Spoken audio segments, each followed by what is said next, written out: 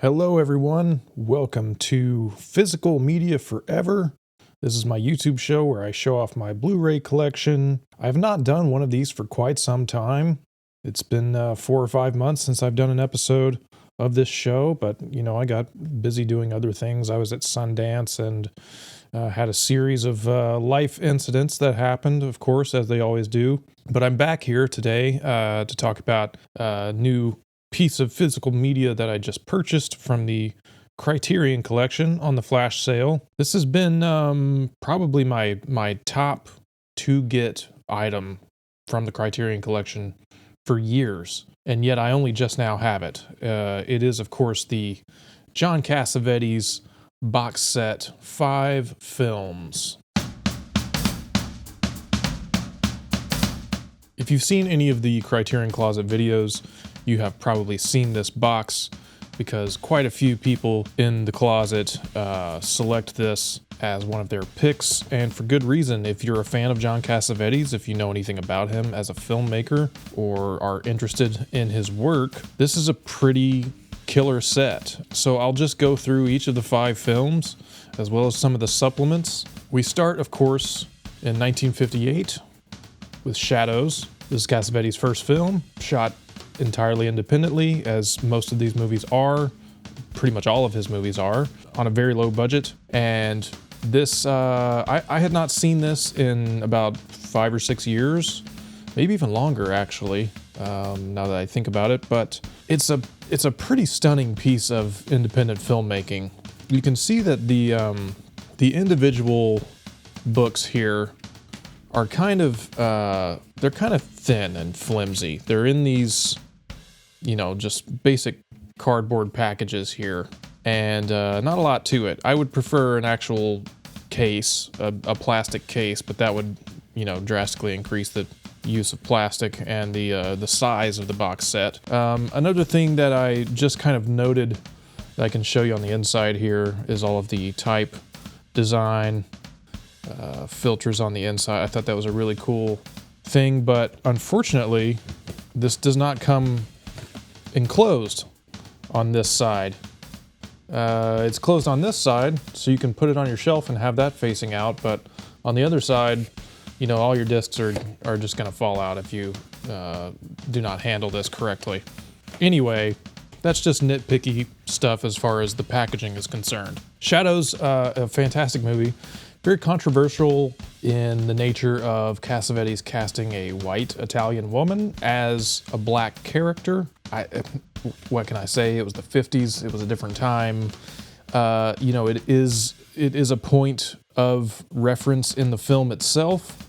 The film is largely based on this group of kind of beatniks, jazz musicians, and there is a central romance in it, and it's the racial heritage of these characters is an important part of the movie. But looking back on it, it is kind of odd that the actress Lelia Goldani was cast in this part.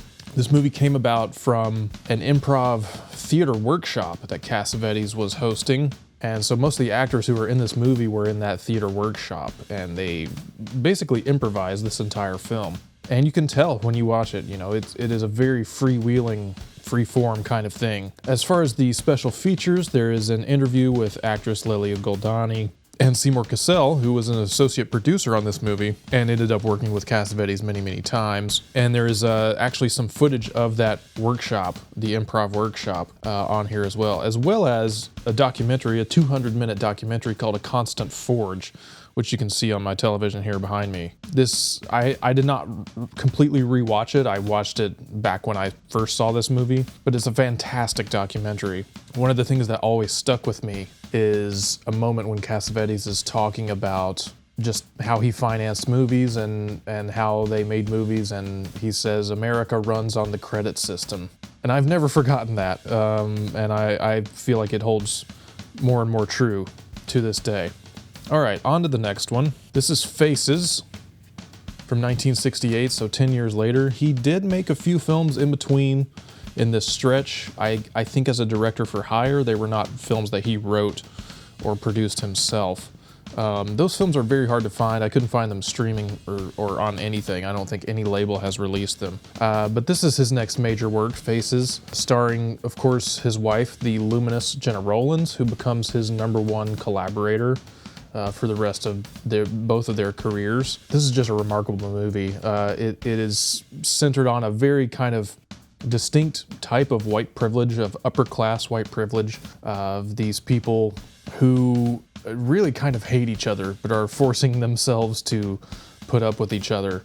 And there's a lot of angry, like, laughing in each other's faces in this movie.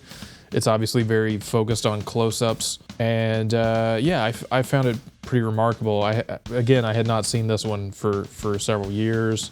Seymour Cassel is great in this movie. This was my introduction to him, and this is the first time they worked together, and of course they worked together many other times. Faces is a great movie about failing marriages and the kind of boredom and malaise of the upper class. Next we have just one of the, I don't know, I think this might be the greatest performance ever put on film, in my opinion. It's A Woman Under the Influence. Again, if you've seen the Criterion Closet videos, you have seen this. Been picked dozens and dozens of times, mostly by actors. Jenna Rollins was well known as like an actor's actor, and her performance in this is absolutely devastating. She plays a woman who is dependent on substances and is also just kind of like bored with her suburban life as a housewife. Peter Falk plays her husband. Peter Falk, also a well-known Cassavetes collaborator, who appears in almost all of these films as well. He had a rotating, not even a rotating, but he had a core cast of people who he loved to work with over and over again, who brought his material to life. And this is just a lightning bolt of performance and also cinematography, and just like the atmosphere of this movie is pretty amazing.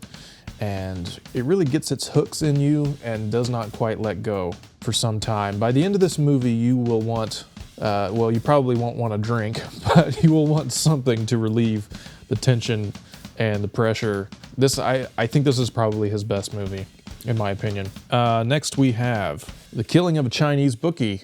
I probably won't get too much into this one because I intend to cover it on my podcast this year. I'm doing 1976, 50th year anniversary of this film, which came out in 1976. Ben Gazzara plays this CD club owner. It's kind of like a cabaret sort of burlesque joint, and he's a gambling addict, and Seymour Cassel comes into town, who is also a club owner in another city, and basically invites him over and says he can come gamble at his club. But it turns out that he doesn't have the money to back up his bets, and so there are loan sharks. Basically all hell breaks loose. This is a really, really cool movie.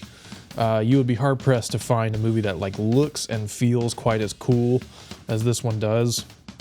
Ben Gazzara is just fantastic. Very, very compelling in this movie. This includes the 1976 version, the original cut, and a 1978 version of the film, which is about half an hour shorter. I have only ever seen the original cut, which is just over 2 hours, well, 2 hours, 15 minutes. So I've never seen the 78 one. I don't know how it compares. This also includes a program with Ben Gazzara and producer Al Rubin. I didn't even talk about the special features on Woman Under the Influence, but very similar. This release is pretty slim, pretty small in terms of special features. They did a handful of interviews around 2000, 2004 for most of these. There is an audio interview with Cassavetes from 1975 that's on here. But Killing of a Chinese Bookie, really fun, awesome movie, but also one that kind of makes you rethink a lot of things in life, like most Cassavetes' work does. And then finally we have Opening Night from 1977. I had never seen this one. This was the last one of this set that I actually had not seen before. And man, it's fantastic. It's astounding. Again, Jenna Rollins is just proving to be one of the most incendiary actors I think I've ever seen on screen. She was only nominated for an Oscar twice, once for this movie and once for Woman Under the Influence. She never won. She got one of those fake honorary awards towards the end of her career. Well, really after her career had already stopped. But this movie is about a woman who, an actress who is about to open a new play. And right before they are about to open this new play, she witnesses a horrible accident. This woman, this very young woman who's a fan of hers, a massive fan of hers, who's hounding her for autographs and things. She gets hit by a car out in front of the theater. And this event deeply traumatizes this actress. And as she's going through previews for the play and rehearsals and everything, she's slowly kind of unraveling and starting to lose her mind a little bit. It's this really interesting kind of metatextual thing because you get, well, for one thing, you're seeing the play within the movie.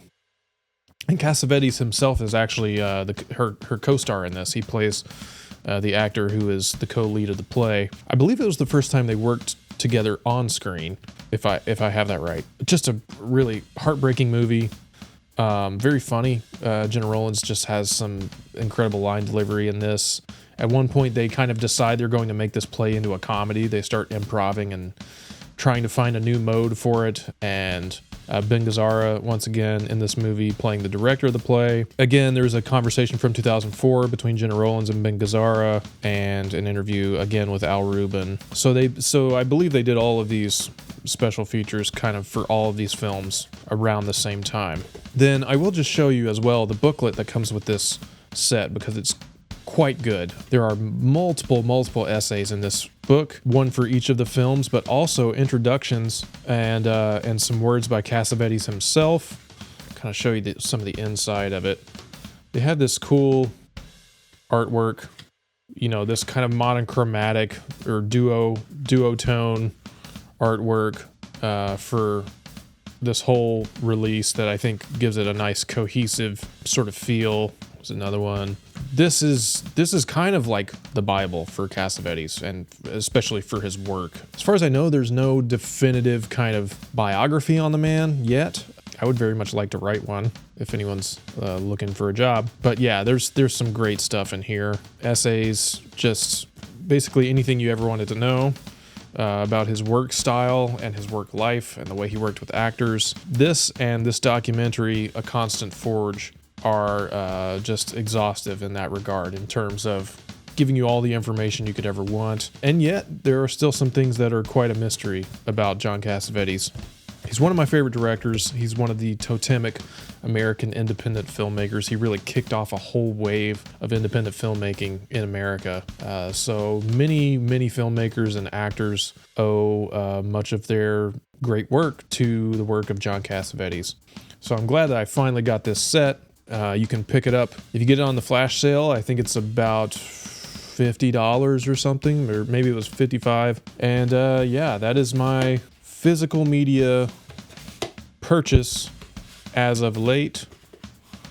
And one of these days, I will get it all back inside of the box. Again, they really should have just like put something on here to close it up nice, but they didn't. So I will probably file all of these with my Blu-rays over here and then just sit this on a shelf somewhere to look at because it's nice and pretty. That is the John Cassavetes 5-film box set from the Criterion Collection. Thank you for watching Physical Media Forever. I will be coming back with more episodes of this show throughout the year. I'm about to undergo a pretty serious life change, and so I'm going to have lots of time on my hands, so you may be seeing more of these videos more often. So thank you for watching.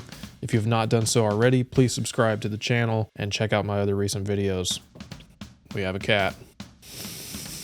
Until next time, happy viewing.